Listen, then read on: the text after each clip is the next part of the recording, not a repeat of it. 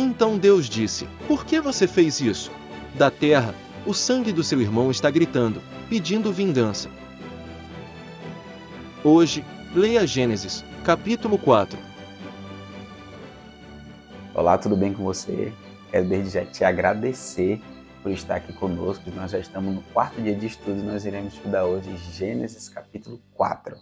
E o meu primeiro destaque nesse capítulo já vai para o verso 1, que diz assim: Adão teve relações com Eva, a sua mulher. Ela ficou grávida e deu à luz Caim. Então ela disse: adquiri um varão com o auxílio do Senhor. Essa expressão, então, já mostra que é uma mudança de comportamento de Eva. Eva agora é uma mulher totalmente dependente do Senhor e ela destaca isso aqui: adquirir um varão com o auxílio do Senhor. Eva foi perdoada por Deus e agora muda de vida. Isso é muito bonito perceber que aquela pessoa que tinha errado recebeu o perdão de Deus e decidiu mudar de vida. A graça de Deus é maravilhosa, ela nos perdoa e nos possibilita mudar. Eva aqui agora é uma mulher completamente transformada, mudada, embora já com o coração, já com a natureza pecaminosa após desobedecer, ela agora quer fazer a vontade de Deus, quer receber o auxílio do Senhor. Verso 2 ao verso 7 já traz outra informação muito importante. Aqui Caim e Abel vão oferecer uma oferta ao Senhor. A Bíblia diz que Caim era agricultor, enquanto que Abel era pastor de ovelhas. Ambos ofereceram do melhor que tinham para Deus. A Bíblia diz que a oferta de Abel foi agradável ao Senhor. Deus se agradou dela e aceitou. Já a oferta de Caim, não. Por que Deus não se agradou? Antes de explicar isso, eu queria ler um texto contigo. 1 João, capítulo 3, verso 12. Abra sua Bíblia, por favor. Não sejamos como Caim, que era do maligno, e matou seu irmão. E por que o matou? Porque as suas obras eram más e as de seu irmão eram justas. Com base nesse texto, a gente pode entender então que Caim vivia uma vida distante dos caminhos do Senhor. Por isso que as suas condutas eram más. Ele vivia distante dos caminhos do Senhor, não buscava fazer a vontade de Deus. Logo, Deus não aceitou a oferta de Caim. Por quê? Porque ele não entregou uma oferta conforme a vontade de Deus, conforme aquilo que Deus esperava que ele entregasse. E por isso Deus rejeitou a oferta de Caim e aceitou a de Abel, que era então um homem que buscava viver em conformidade com a palavra de Deus, buscava viver na presença de Deus. Aqui é um conflito das duas gerações, que nós estudamos lá no momento da queda. A Bíblia diz que Deus colocou inimizade entre o descendente da serpente e o descendente da mulher. Caim representa muito bem aqui a continuidade da descendência espiritual da serpente, enquanto que Abel representa a continuidade da descendência espiritual da mulher. Caim recebeu a mesma educação de Abel. Mesmo com toda a influência externa muito boa, ele escolheu tomar uma decisão diferente. Isso evidencia que muito mais importante do que a influência externa é o nosso coração. Como está o nosso coração?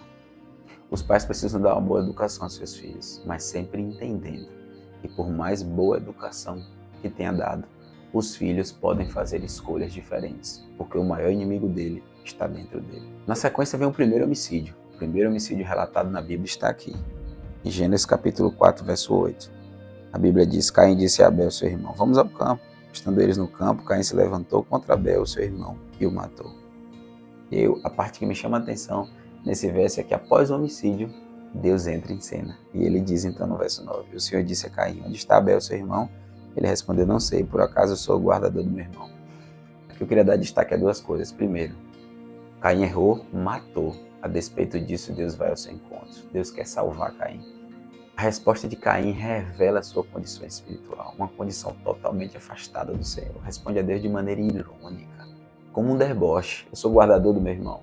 No verso 15, então, mostra mais uma vez Deus com atitude misericordiosa. Deus coloca uma espécie de sinal em Caim para que ninguém o matasse. E Deus então deixa muito claro: se alguém matar Caim, será vingado 7 vezes. E a Bíblia diz então que após falhar, após cometer o primeiro homicídio, Caim sai da presença de Deus e se afasta. Essa é uma tendência natural de todo aquele que vive pecando ou que peca.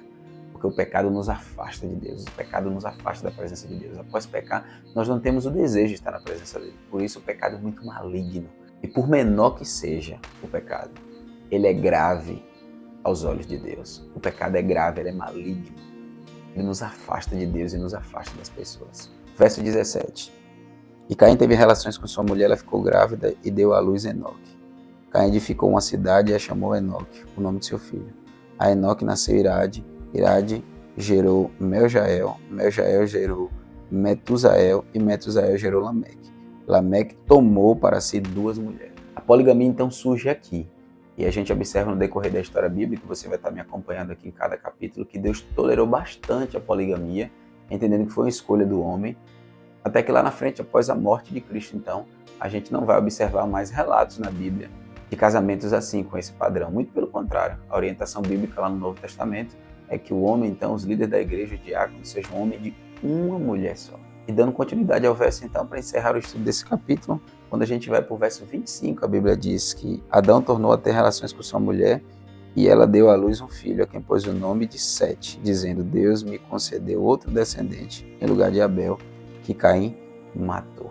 A Sete nasceu também um filho, ao qual pôs o nome de Enos. Foi neste tempo que se começou a invocar o nome do Senhor.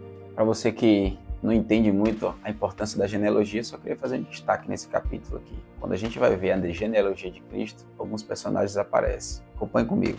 Filho de Enos, filho de Sete, filho de Adão, filho de Deus. Na genealogia de Cristo, então, aparecem esses personagens que nós acabamos de ler. Por quê? Porque eles fazem parte da descendência espiritual da mulher, que tem como descendente principal, que vai esmagar a cabeça da serpente, que é o nosso Jesus Cristo. Em qual grupo você pretende estar? Qual decisão você vai tomar a partir de hoje, sabendo que existem esses 2 grupos?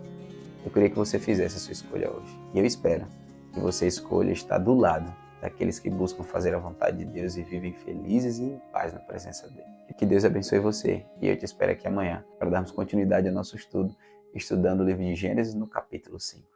Mas antes de você ir embora, eu queria pedir a você que se inscrevesse no nosso canal, nos seguisse nas redes sociais, nos ajudando a entrar em contato com muitas outras pessoas e de algum modo possamos influenciar essas pessoas a terem contato com a Bíblia Sagrada.